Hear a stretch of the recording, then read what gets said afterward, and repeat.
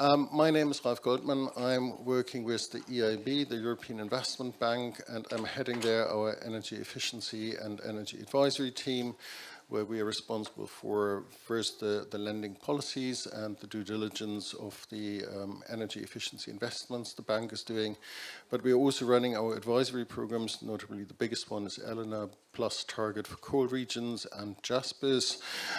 Today we're here presenting relatively shortly what ELENA is doing, but this will be just a brief introduction. And after that, we will have a presentation on a project which we have financed under ELENA. I have here with me the Vice Governor of the region of Crete, Mr. NIKOS KALOGERIS, who will be also available in case of questions, and why there is a political commitment to work on this, and Maria APOSTOLAKI, who will make a presentation. It's wrong, so okay. So probably you repeat this once you make the presentation, so everybody gets note of that. Who will present the project to us, and after that one you will be invited to ask questions to myself, but also to the Vice Governor and to Maria on the project, the implementation, the difficulties, the hurdles. I will only take some 5 minutes, and then Maria will have some 25 to 30 minutes, so we have still some time then later for questions. And really prepare for some questions, so this should be an interactive session. So if you have something, just ask, don't shy away. And I also understand I have an iPad in front of me, so anybody online can raise questions in the chat, so I should be able to see them here, and then I bring them forward. Thank you very much. So, what is ELENA? European Local Energy Assistance, making investments happen. That's what it's all about. This is not about pure capacity building. This is not about information exchange. This is about project development and really bringing projects to the ground. What have we done so far? I better stand up. It's a little bit here in the middle. So we have 160 projects completed and ongoing, and we have dispersed grants, which are grants coming from the European Commission of about 284 million. And we have supported some 9.3 billion euro of investment. And these are really hard figures, because out of these 160 projects, thanks, now you know how I am spelled. Around 75, 78 projects have been completed, and as you see out of the structure of the program, these are certified investments of about north of 4.5 billion euro, where we really check how much money has been invested, because that's a condition later to keep the grant. And our colleagues from Crete will know what I'm talking about. And we have an average leverage factor of 33, which means for every euro we are spending here, we get 33 euros of investment. That's the focus of the program. What investments can we support? That's sustainable energy, so it's basically public and private building renovation, renewables, but in buildings, so we do not support wind farm developers or large-scale solar PV, street lighting and district cooling, district heating networks. We have a special envelope where we get a top-up from the Commission on the residential sector, as supporting the renovation wave. But as we're talking to cities and regions, we also support sustainable urban transport. I think the slides will be available later, but the most important things you will later have to recognize, there's an email address where you contact us and a web page where you find all the information. What does it mean, leveraged investments? I said before, for every euro we are giving as a grant, it's a conditional grant, you must invest for sustainable energy 20 times, and for the other sector of transport and residential 10 times that amount, else you will be required to pay the grant back. That's a hard condition, and it leads really to an alignment of interest and really getting investments on the ground. What can we finance? Basically everything which helps in the development of a project, to bring a project to the ground. Internal stuff, but also external experts. So you may be in a situation, you have a building department and you want to create a project implementation unit, you need more stuff, that's eligible cost. You may need a law firm to assist you in a tender procedure, that's eligible cost. It's a little bit written here what we're financing, usually stakeholder engagement and coordination, some promotion marketing, but not too much, only if necessary to bring the projects to the ground. feasibility and technical studies, energy audits, but also then legal and financial advice, and for sure also project management is eligible cost. How does it work? We do not do calls. We do not believe that any investment program is ready for a call, or you're waiting until the call starts, or you're not ready and then you make a submission which is not appropriate. So you can come at any time. So whenever you think your investment program is mature enough that you can start project development, you come to us. It will take a while until you get the grant, so we will negotiate the work program for the technical assistance with you, and then we sign a contract later on. So first come, first serve. Once the budget is gone, it's gone. However, I said we have deployed 284 million, and we have still some 100 million in the pocket which we can support. You will receive support from my team in the application process. We finance up to 90% of the cost, and eligible activities is really what we can finance, what I said before. Eligible beneficiaries, public sector, but also private entities. Application process, well, that's a long slide showing what we're doing. Keep in mind the email address elena@eib.org. And then send us an email with your question and we take it from there. Send a pre-application, we look at that and tell you, well, it's worthwhile going further. That's the important part, eib.org ELENA. There you find the map, which I showed on the second slide. You can click on each of the button of the map. You get a short project description. You see what we have financed. There's also contact from the beneficiaries. You can email them. You can ask them how and what they have done. And you can send us an email, elena@eib.org. Someone of my team will answer. And then we can take it from there and get your project on the ground.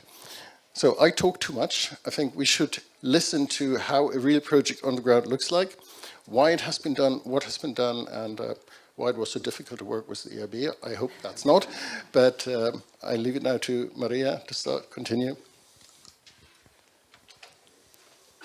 Thank you, Mr. Goldman. Kalimera. Good morning to all. I'm very happy to be here to this great event. I'm Maria APOSTOLAKI. I'm an energy expert in the region of Crete. Today is here with me Mr. Goldman, already to change the slides. Yeah, the green one. Already made this introduction. The Vice Governor of Crete, Mr. NIKOS, KALOGERIS, who deals with the issues of climate change and energy in Crete. Today I'm going to present you our project entitled Integrated Sustainable Energy Actions and Projects in Crete, Interacting Crete, which is granted by the ELENA facility. Before I present you our project, allow me to present you Crete. Crete is an insular region in the southeast part of Greece and the southeast part of Europe. It is the largest island in Greece and the fifth largest one in the Mediterranean Sea, covering an area of 8.3 thousand square kilometers. The permanent population of the island is 635,000 inhabitants, and the visitors are more than 5 million every year. Crete is divided into 4 regional units, Chania, Rethymno, Iraklio, and Lasithi, and into 24 municipalities, each of them having its own unique characteristics and conditions. Until recently, Crete was an isolated electric system. That means that it was not interconnected with the mainland, and this has caused significant problems in terms of system stability and energy supply of the island. Last year, the first phase of interconnection has been completed and electrified, which is an underwater cable that connects the western part of Crete with the Peloponnese. And next year, the last phase of interconnection is expected to be completed. And from that point, Crete will be finally officially part of the national electric network. This project, the interconnection of Crete with mainland, has been discussed and studied for more than 50 years. And now that it's almost a reality, it will actually solve our biggest problem, which is the security of energy supply of the island. However, for Crete, energy transition has always been high in the agenda. It has been given a priority to that, focusing on the improvement of energy efficiency, the increase of energy savings, decarbonization, and resilience to climate change impacts. The main challenge for this is how to mobilize all the public entities that are involved and how to get them aligned towards these common goals. The ELENA facility was the perfect mean to unite all the public entities of Crete, and the technical assistance provided was actually a very significant tool to mature and implement energy projects that couldn't have done so far because of lack of human and financial resources. So the region of Crete has a contract with the ELENA facility for the implementation of Interacting Crete project with a total budget of approximately 1.5 million euros, 90% of which is granted by ELENA.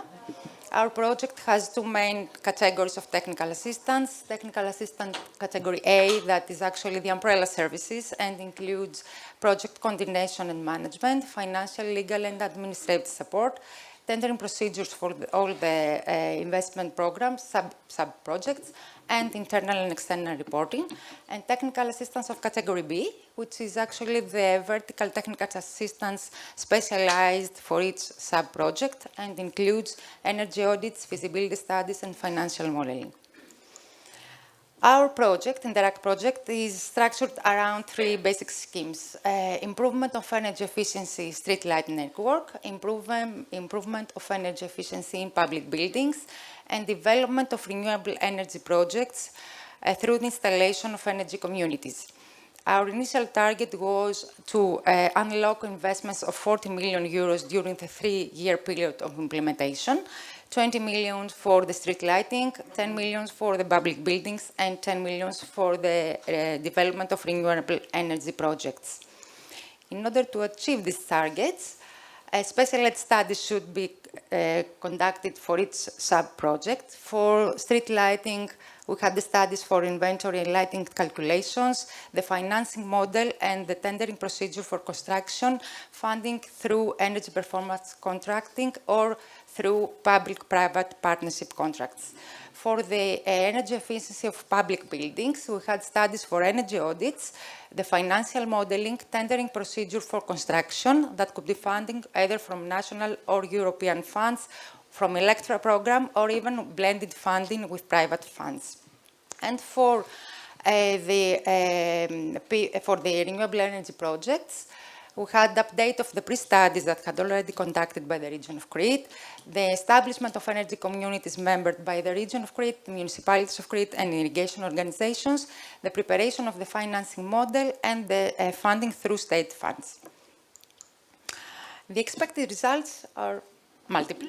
Of course, it will be environmental, as we will have improvement in energy efficiency, renewable energy production, and reduction of CO2 emissions that could help achieve the Sustainable Development Goals.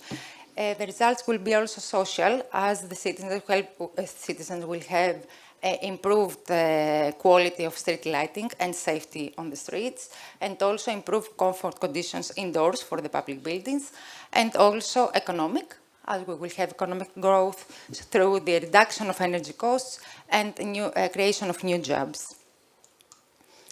Now, I would like to share with you some more information regarding each sub-project, starting with the improvement of energy efficiency in street lighting. For the municipalities, street lighting is a major component in the total energy consumption, and at the same time, it costs a lot. Also, the municipalities have the obligation to reduce their energy consumption and their carbon footprint.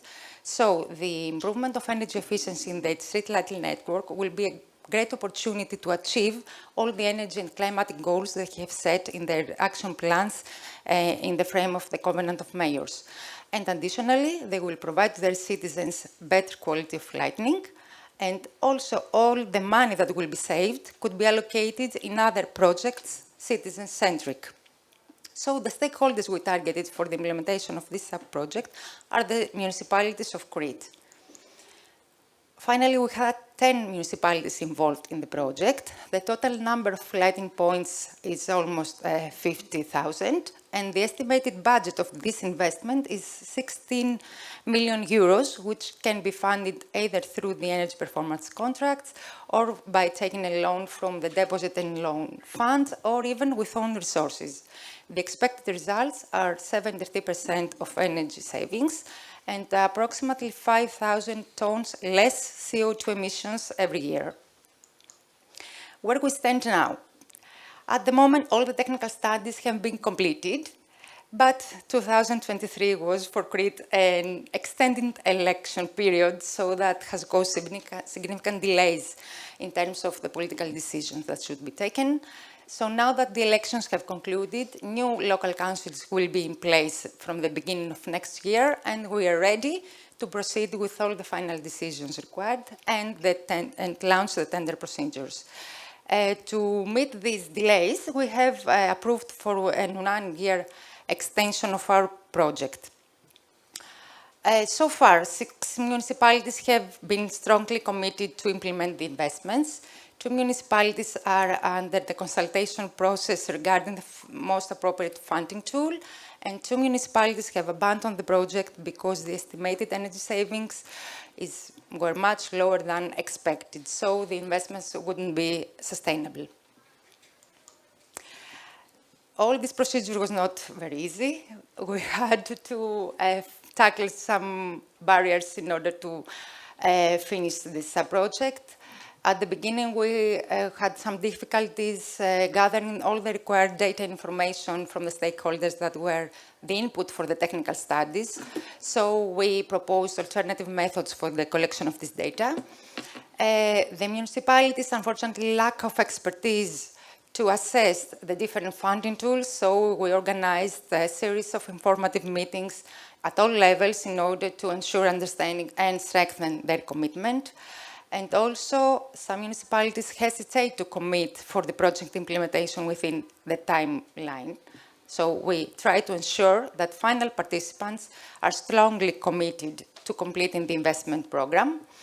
And we also faced serious delays in the consultation and decision-making process, so we extended our project timeline in order to accommodate these delays. The second sub-project has to do with improvement of energy efficiency in public buildings. So we targeted the owners of these buildings, which are the municipalities, hospitals and health centers, and the University of Crete.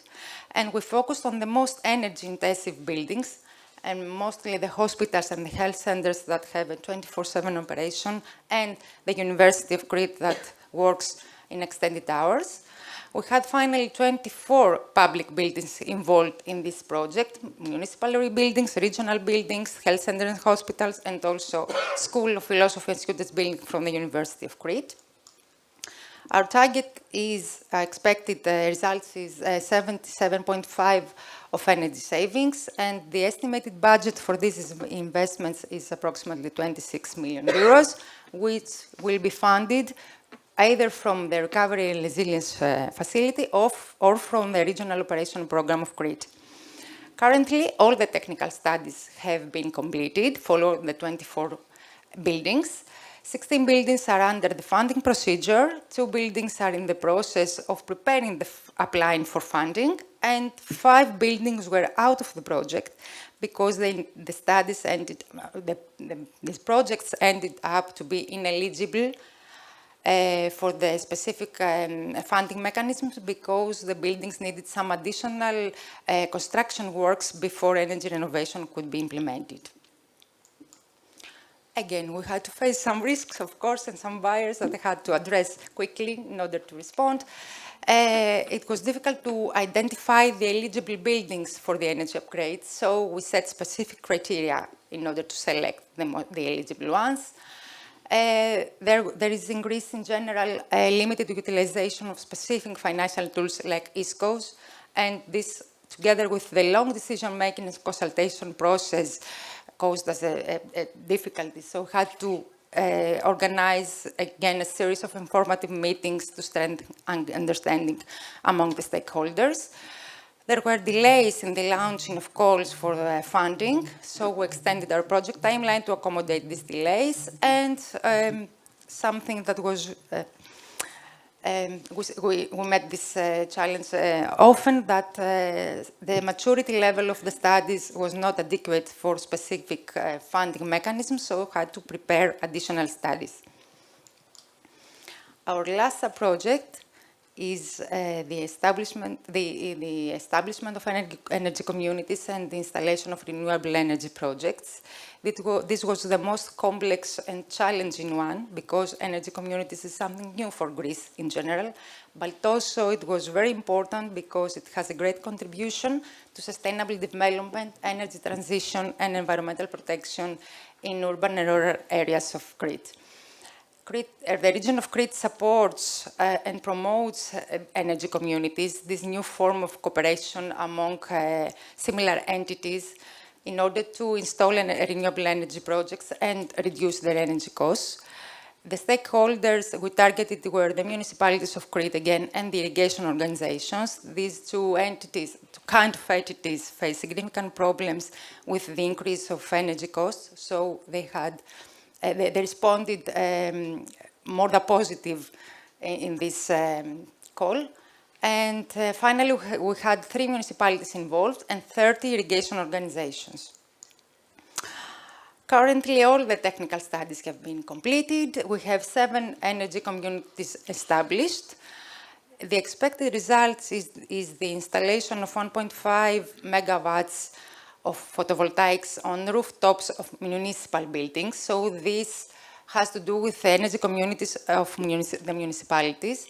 The expected investment is 2 million euros and will be funded either from own resources or from the Just Transition Fund. Now, regarding the irrigation organizations, the region of Crete has collaborated with 30 irrigation organizations in Crete, and we have established 4 energy communities, 1 in each regional unit. Under the ELENA facility, we have recorded the energy needs of these organizations, and we have estimated the sizes of the renewable energy projects that should be installed in order to meet these needs.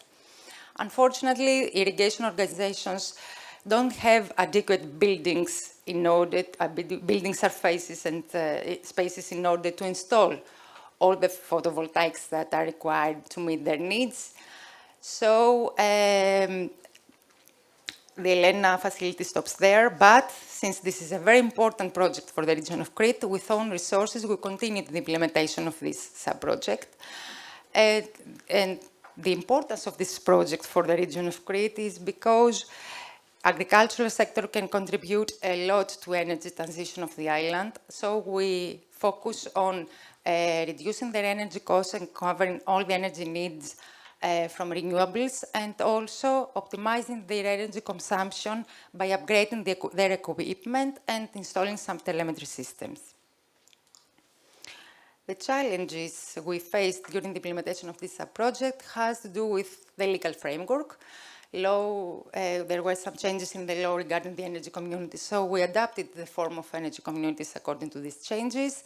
As I mentioned before, there were not adequate spaces for the installation of the renewable energy projects, and we set specific criteria in order to select the eligible ones.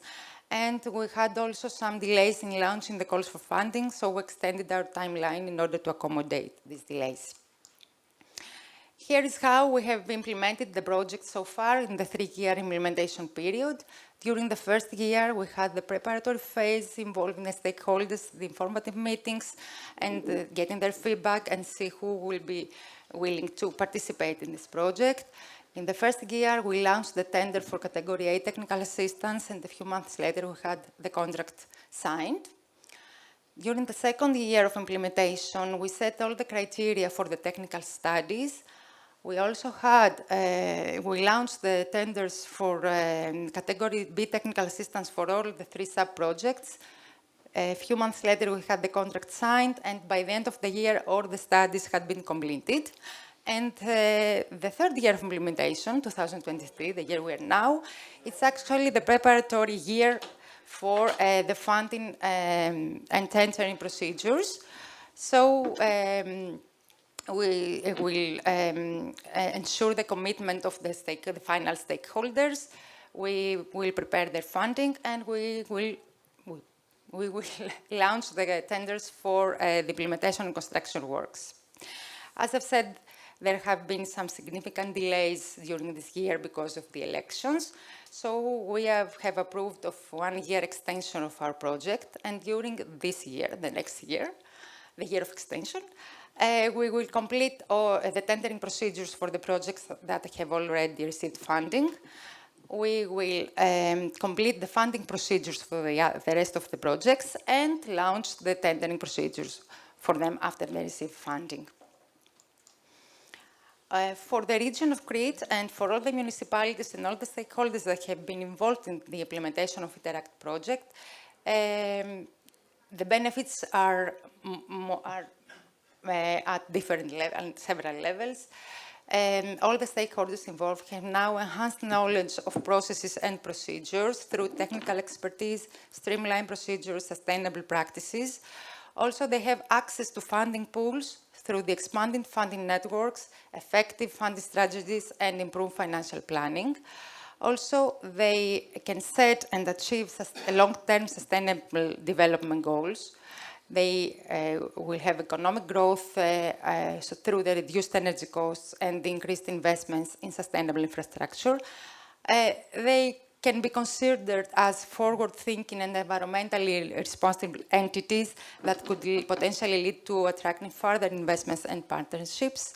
And of course, they all have gained knowledge that could be shared through collaborations and promotion of best practices in energy efficiency and environmental sustainability.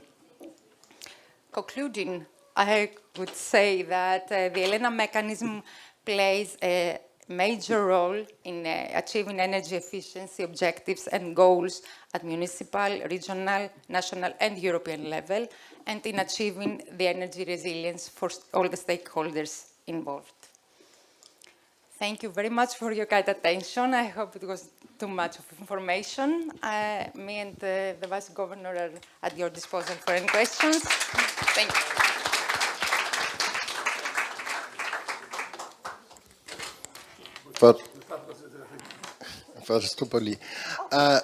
Thanks very much for that presentation. As I threatened you before the presentations, now it's up to you. So this is not a workshop where you can just sit and listen. So I would expect some questions from your side, or comments or additions to that one. Yes, please.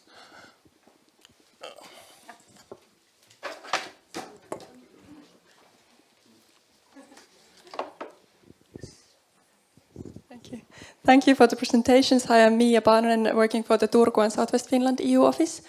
I would like to ask maybe both of you. First, the question is like, how long do you estimate the preparatory period before you have the contract, counting from when you submit the pre-application? And then a second question about the project preparation, did you have everything like this division between the 3 sub-programs and those ready, or was it done together with the EIB during the preparation project part? Thank you. The sub-projects were clear from the beginning, from the phase of the application. We had that plan in mind as a region of Crete, and we applied for these 3 sub-projects, each of one having its own targets and estimation of investments and estimation of the stakeholders involved. On the planning side, how long does it take? Well, that's how long did it take for you?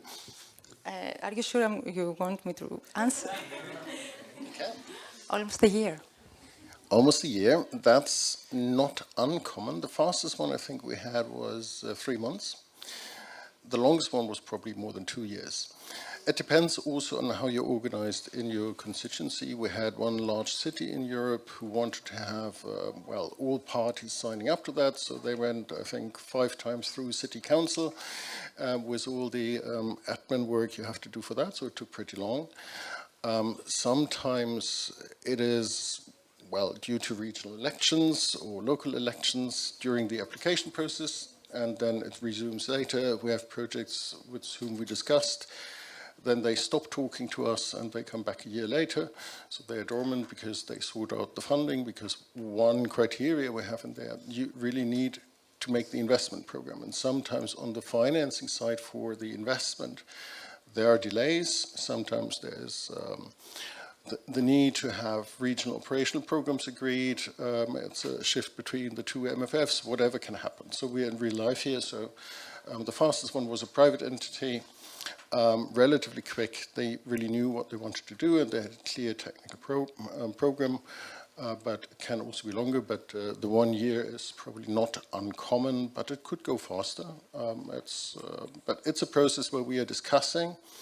It's a process where we also align the TA program to the needs. So it's not always the case that we say you want to have too much money. We sometimes also go back to the applicants and say, well, listen, you need more money for doing that. So, or we say, well, you need to procure in a different way. So it's a relatively flexible thing. So this is why we're not working with calls.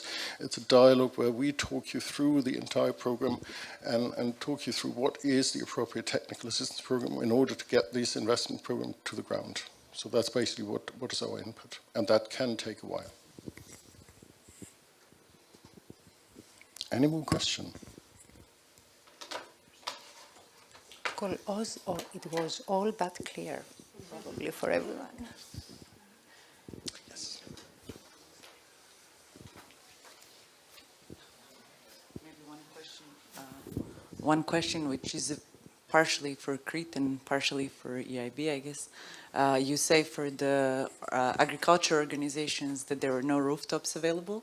Yeah. However, there is options such as agri-PV, or if it's energy community, maybe collaborating with the companies that have rooftops and then putting solar on their rooftops, but using energy for the agriculture organizations. Is that a limitation from EIB that it has to be on the rooftop of a building? Unfortunately, it is. So, but we are trying to get a little bit more flexible with that one because we see it now, especially with large-scale district heating, heat pumps changing to electricity and putting PV attached to it. But as I said, we started this in 2009, and we really wanted to focus on where the problems are. And we saw that there are so many renewable energy project developers out there, private companies doing large-scale PV, private companies doing wind. So we didn't want to spend EU taxpayers' money for that type of activity. Unfortunately, we were hit by that. So we made the restriction to have a technical criteria. So we said it should be attached to buildings. But at least for the part to supply to heat pumps, we now think, as this is a probably holistic system, if you change to a large-scale heat pump to replace a gas boiler, and you also want to feed in photovoltaics in that one, that, well, you wouldn't have enough roof space for that one. So there, we are now discussing with the Commission because, well, we have a work program, we have contracts, so for now it's not eligible, but this is something which we are now moving ahead. Unfortunately, for this one, it was not possible.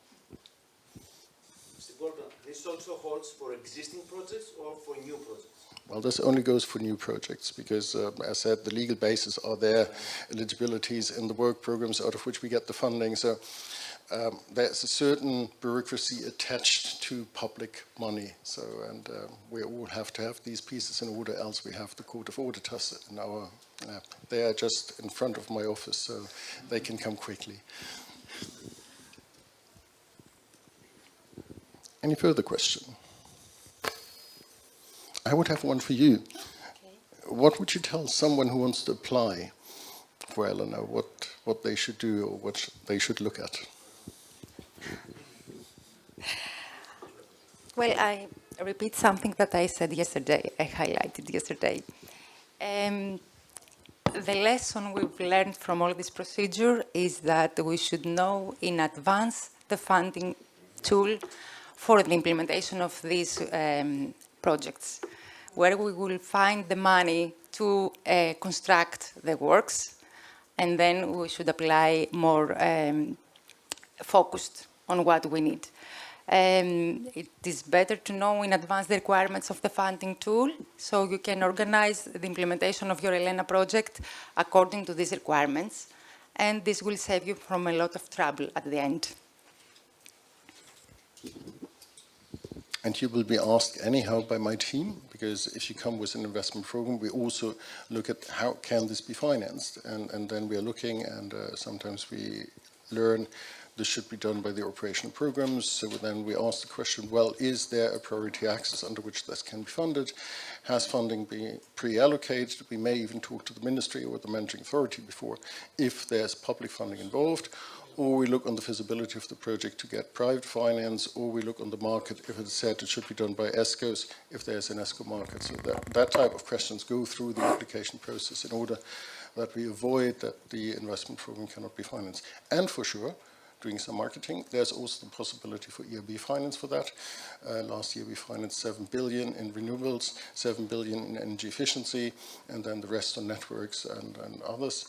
So there's a lot of funding available, and we can also now co-finance 100% with EU budget money, which you couldn't do before, but now you can also combine EIB funding plus EU funding, so some marketing for the EIB. Any further question?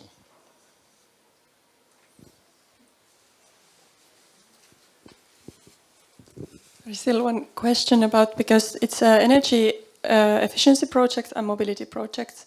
What about these kind of, for example, public building projects with integrate energy and nature-based solutions? Is nature-based solutions somehow considered as well? For now, we haven't seen that, but in the definition of what the EIB is financing, for sure, we're also looking on what does it take. Not too many people are just refurbishing the building because they want to make an energetic refurbishment of a building. So, and if you align to the taxonomy, so you also have additional costs from, I don't know, making this more accessible. So I think that is one of the individual discussions, how much of the project cost share this is, and if this can be counted or not. But there we are more flexible than any call-related project. So if you have any ideas, come and then we can discuss it.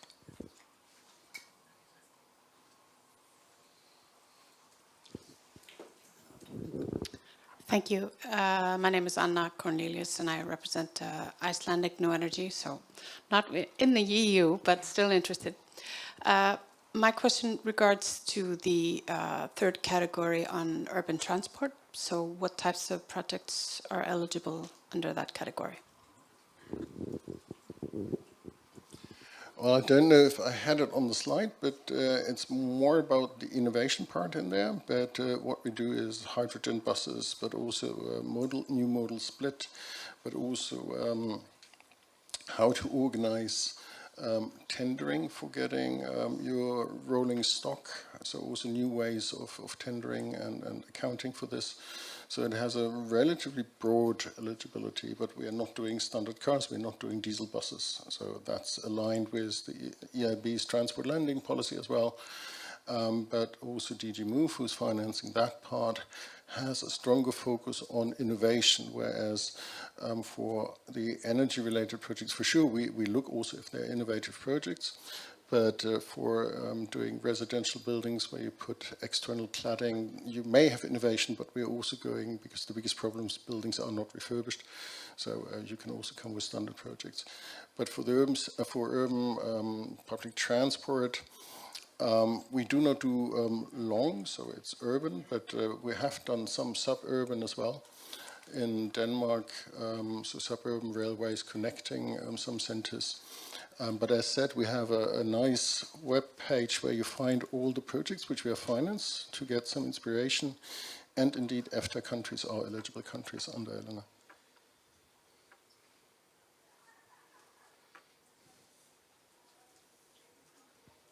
Okay, yes, another one. We have 3 minutes time. I was told I have 45 minutes for the entire session, so.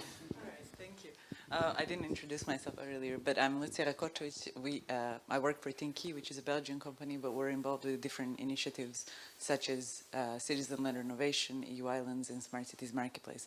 What's interesting for all of them is that we provide technical assistance for islands, cities, and municipalities to prepare projects so that they can eventually go to financing and be implemented. So we don't provide funding. And that's where, let's say, collaboration with the IB or with ELENA would work. But maybe a question there for you is more because, aside from us, there is also a lot of initiatives on EU level that provide technical assistance, but indeed do not provide funding. have you ever considered maybe collaborating or synergy there? Because within ELENA, you have the technical assistance part and then the funding part.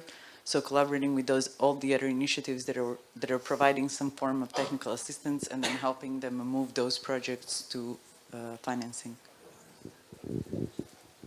Well, obviously we are discussing with other TA facilities. Some of the energy related we are managing, but there we're also talking to our colleagues from Chania and others. But on the funding side, yes, we also talk to regional managing authorities where a lot of the EU structural funds is, or just transition fund, and also there we have a regular exchange. And this is what I tried to say before. If an applicant comes to us and says they want to have access to funding for other sources, then we also encourage them to talk to the managing authorities, or we can facilitate this process.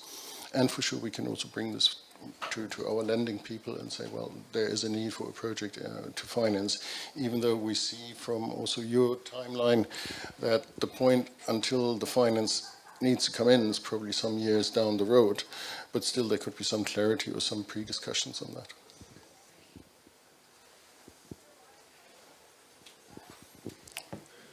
Well, then, thank you very much for attending. Thanks for your questions. As said, the most important thing is you got the emails, you got the webpage.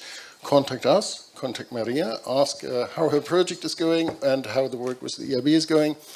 And thanks very much. Have a good afternoon and probably a little more sun. And, well, you can return to Crete to the sun. We will stay in the rain. Thank you very much. Thank you.